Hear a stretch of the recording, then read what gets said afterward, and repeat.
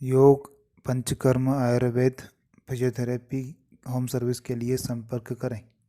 हिजामा दोस्तों, ये इलाज का एक ऐसा तरीका होता है जिसके जरिए त्वचा, बाल और शरीर से जुड़ी कई सारी बीमारियों को ठीक करने का दावा किया जाता है। लेकिन क्या ये सच में काम करता है? इसे कराने के क्या क्या फायदे, क्या नुकसान हो सकते हैं? हिजामा कब, कैसे और शरीर के किन किन अंगों पे कराना चाहिए? किन लोगों को हिजामा कराना चाहिए और किसे नहीं कराना चाहिए? और इसे कराते वक्त कौन कौन सी बातों का ख्याल रखना चाहिए? इन सारी बातों के बारे में आज की इस वीडियो में हम बात करेंगे।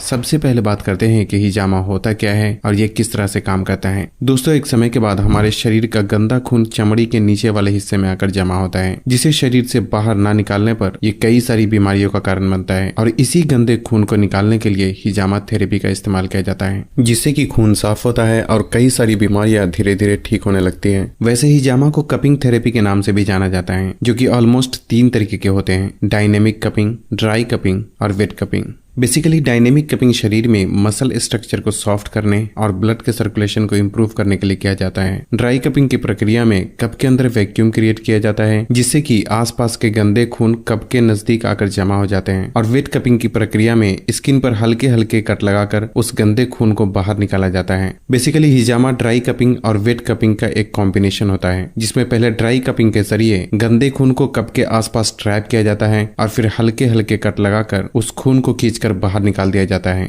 अब यहाँ 3 अहम सवाल ये उठता है कि हिजामा कराने के क्या क्या फायदे हो सकते हैं, क्या इसे कराने में दर्द भी होता है, और स्किन पर कट लगने की वजह से हुए निशान को मिटने में कितने समय लगते हैं। दोस्तों, हिजामा कराने के अनगिनत फायदे होते हैं, जिसे गिनकर तो बिल्कुल भी नहीं बताया जा सकता, क्योंकि ज्यादातर बीमारी खून में गंदगी जमा होने की वजह से ही शुरू होती है। और हिजामा करने की प्रक्रिया में शरीर के अंदर से गंदे खून को खींचकर बाहर निकाल दिया जाता है, जिससे कि बॉडी में एक हल्कापन महसूस होने के साथ साथ कई सारी बीमारियां भी धीरे धीरे ठीक होने लगती है। जहां तक दर्द और स्किन पर आए निशान का सवाल है, तो यहाँ इस बात का समझना जरूरी है कि हिजामा की प्रक्रिया में कट्स स्किन के ऊपरी हिस्से पर ही लगाया जाता है, जिससे कि दर्द भी बिल्कुल ना के बराबर महसूस होता है और कट्स के निशान भी ज्यादातर 1 हफ्ते के अंदर अंदर ही खत्म हो जाते हैं। अब बात आती है कि हिजामा किन लोगों को कराना चाहिए और किसे नहीं कराना चाहिए। दोस्तों, वैसे तो औरत हो या मर्द, पूरी तरह से तंदुरुस्त व्यक्ति भी बॉडी को डिटॉक्स करने के लिए हिजामा करा सकते हैं, क्योंकि वक्त के साथ साथ हर किसी के खून में गंदगी जमा हो ही जाती है, जो कि बाद में कई तरह की बीमारी का कारण बन सकती है। लेकिन खासकर जिन लोगों में स्किन से जुड़ी प्रॉब्लम, जैसे कि एक्नी, पिंपल्स, एक्जिमा, सोराइसिस, बालों का झड़ना या गिरना, लीवर से जुड़ी problem, high blood pressure, high cholesterol, arthritis यानी जोड़ों का दर्द, माइग्रेन, बार बार होने वाला सर दर्द, हार्मोनल प्रॉब्लम जैसे कि थायराइड, पीसीओडी,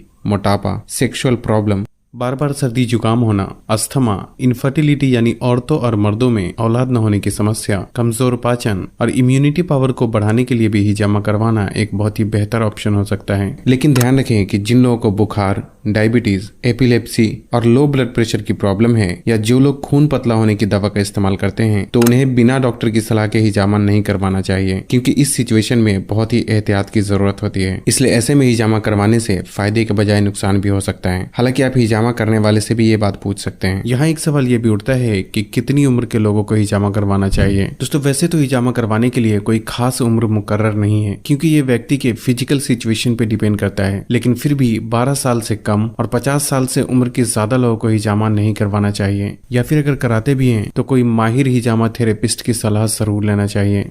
अब बात आती है कि शरीर के किन किन हिस्सों पर हिजामा करवाना चाहिए। दोस्तों, हर अलग अलग प्रॉब्लम के लिए शरीर के अलग अलग हिस्से पर हिजामा किया जाता है, इसलिए आपको जो भी प्रॉब्लम है वो हिजामा थेरेपिस्ट यानी हिजामा करने वाले को बताएं, क्योंकि उन्हें पता होता है कि किस प्रॉब्लम में शरीर के कौन से हिस्से पर हिजामा करवाना चाहिए।